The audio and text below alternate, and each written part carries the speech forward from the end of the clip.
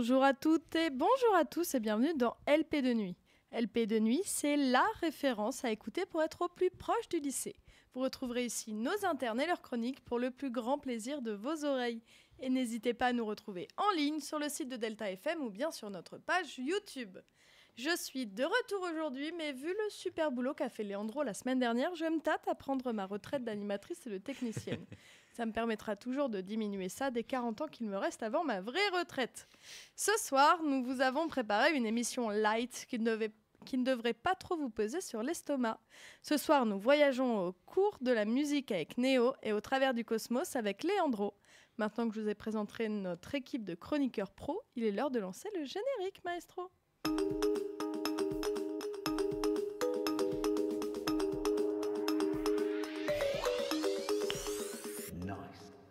Hello Néo, on swing sur quel tempo cette semaine? Alors on va parler du métal, mais plus précisément du look métal. Très bien, et bonjour à toi aussi Léandro, les épreuves du bac sont prêtes? Oh oui, plutôt. Bon et bah, le grand oral. ok, on s'accroche, on se prépare avec la radio finalement. Et du coup, on voyage loin ou pas ce soir? Plutôt oui et non, parce qu'on reste quand même dans les galaxies, le thème que j'ai abordé la semaine dernière, mais cette fois on parle de nébuleuses. Eh bah parfait, je vous propose les gars qu'on attaque tout de suite avec un voyage au cœur de l'industrie musicale et du métal, si j'ai bien compris, Exactement. avec Néo.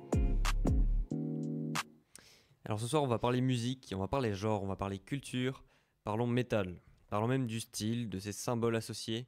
Et donc pour commencer, il faut savoir que les goûts musicaux de certaines personnes peuvent être devinés rien qu'en regardant la personne. Et avec le métal, c'est souvent le cas. Un blouson noir, des cheveux longs, une armée de patchs sur un vieux jean, c'est presque un uniforme finalement. Voilà. Mais derrière cette apparence parfois impressionnante ou caricaturée se cache une vraie culture, des codes, des clins d'œil. Alors aujourd'hui on s'attaque à un sujet peu abordé, le look métal. Tout d'abord, le métalleux, il a une silhouette, un style bien à lui qui lui permet d'être reconnaissable entre mille. Le fan de métal traditionnel au sens large ressemble un peu à un guerrier moderne, pratiquement toujours habillé en noir avec des t-shirts de groupe, donc souvent illisibles si c'est du black ou du death metal, des jeans troués, des vestes en cuir ou en jean, qui sont d'ailleurs souvent ornés de dizaines de patchs à la gloire de ses groupes préférés. Ce look, il n'est pas là pour être à la mode, il est là pour revendiquer une appartenance, une passion et surtout une indépendance face aux normes dominantes. Il y a une couleur qui revient particulièrement dans le style métal, c'est le noir. Alors pourquoi tant de noir? Parce que c'est sobre, parce que c'est pratique pour les concerts?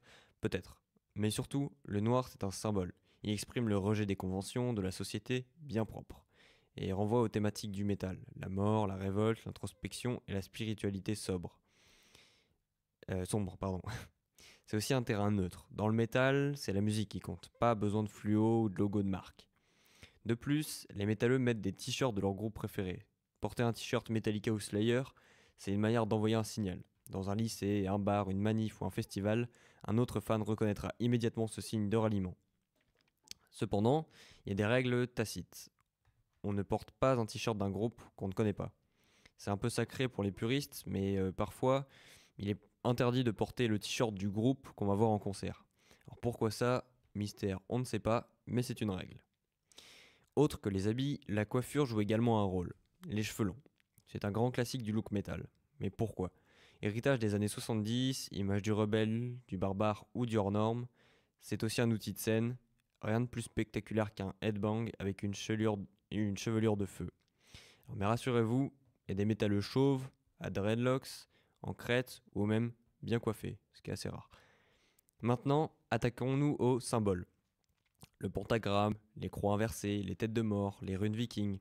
Ces symboles font souvent peur à certains et pourtant ils sont souvent mal compris. Le pentagramme par exemple, c'est un symbole païen avant d'être associé au satanisme. Les croix inversées sont souvent utilisées pour choquer, mais aussi comme symbole de rejet de l'autorité religieuse, pas nécessairement de culte du diable. Donc bref, dans le métal, la provocation est parfois un outil artistique et non pas une profession de foi. Et aujourd'hui, eh bien, le look métal évolue. Il y a des fans en costard-cravate, d'autres en basket fluo, des métalleux vegan, d'autres hyper geeks. Mais dans le code vestimentaire traditionnel reste fort. Notamment dans certains sous-genres comme le black metal, le thrash, etc. où le look est aussi un repère culturel, voire un code d'honneur. Au fond, le look metal c'est plus un style, C'est une langue visuelle, une manière de dire je pense par moi-même, je rentre pas dans vos cases, je vis la musique à fond.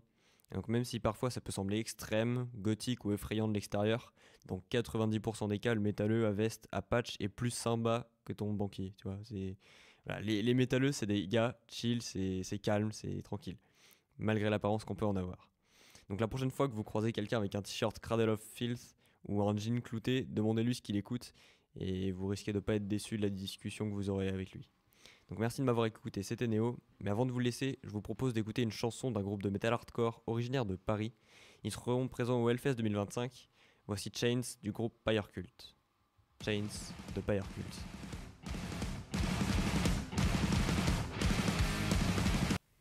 C'était Chains du groupe Pyre Cult. Je vous laisse aller checker si ça vous intéresse. Groupe de metal hardcore. Tout ce qu'ils font est vraiment génial. Je vous laisse aller vérifier si ça vous intéresse. Merci beaucoup Néo, c'est vrai que c'était super cool et je me rends compte que finalement t'es à mi-pas du hard rock là avec tes cheveux mi-longs. Petit à petit ça avance, c'est ça? Et c'est le projet, C'est le projet de pouvoir faire les meilleurs headbangs que tu peux. C'était ça tout mon samedi soir. Bravo, et merci beaucoup et je vous propose qu'on continue un peu de rêver. Ça tente toi Néo qu'on continue de rêver? Carrément. Ok, oui, on reste un peu la tête dans les étoiles avant de se quitter et on laisse la place à Leandro. Bonsoir à toutes et à tous, je suis Leandro et bienvenue dans les Récits du Cosmos, une chronique sur l'astronomie et tout ce qui l'entoure. Ce soir, après avoir remplacé Lola lors de la dernière émission et exploré les galaxies, nous allons lever les yeux vers des régions du ciel encore plus colorées, plus poétiques, mais tout aussi fascinantes, les nébuleuses. Les nébuleuses sont comme l'étoile de maître de l'univers. Ce sont d'immenses nuages de gaz et de poussière qui flottent dans l'espace. Parfois, elles s'étendent sur des centaines d'années-lumière, dessinant des formes étranges et des couleurs envoûtantes. Certaines ressemblent à des papillons, à des têtes de cheval, ou à des voiles légers suspendus dans le vide. On les appelle les berceaux des étoiles, car c'est en leur sein que naissent les astres.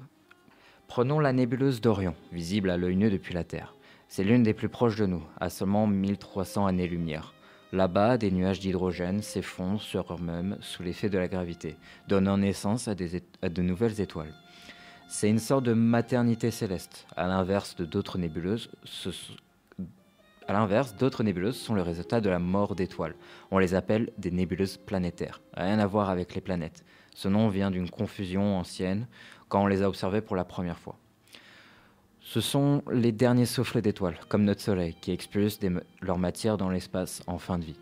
L'une des plus célèbres, la nébuleuse de la Lyre, est un vestige d'une étoile mourante.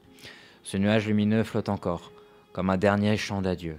Plus spectaculaire encore, les nébuleuses issues de supernovae.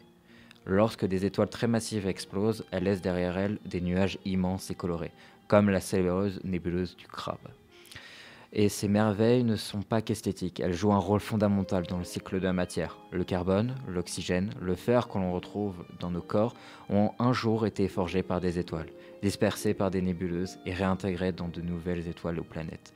En contemplant ces nuages, on contemple donc un peu nos origines. Les nébuleuses ont aussi trouvé leur place dans les récits du monde entier. Les anciens Chinois voyaient dans ces nuages lumineux des dragons célestes traversant la nuit. Chez les Maoris de Nouvelle-Zélande, certains croyaient que ces voiles brillants étaient les souffles sacrés des ancêtres guidant les vivants.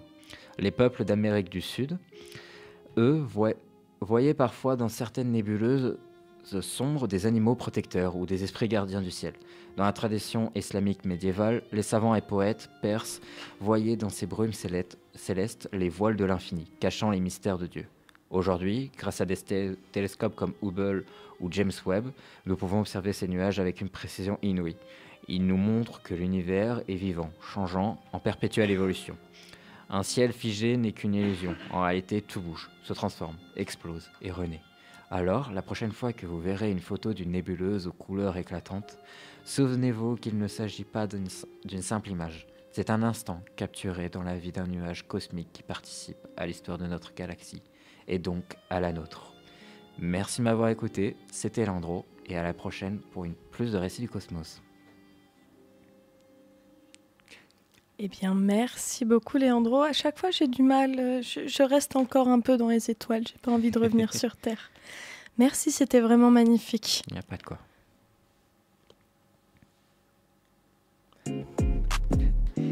excusez-moi pour ce temps de latence. J'étais toujours un peu dans la lune. Et c'est sur cela que l'on se quitte, très chers auditeurs et très chères auditrices. Merci de nous avoir suivis tout au long de cette émission de LP de nuit. Et n'hésitez surtout pas à nous retrouver sur le site et sur la page YouTube de Delta FM. Merci à toi, Néo. Merci à vous d'avoir écouté. Et merci beaucoup à toi, Léandro. Merci beaucoup. Et on se retrouve la semaine prochaine à 18h sur Delta FM 90.2. C'était Lola pour LP de nuit. Et on vous laisse aussi avec une super musique, Les filles, les meufs de Marguerite.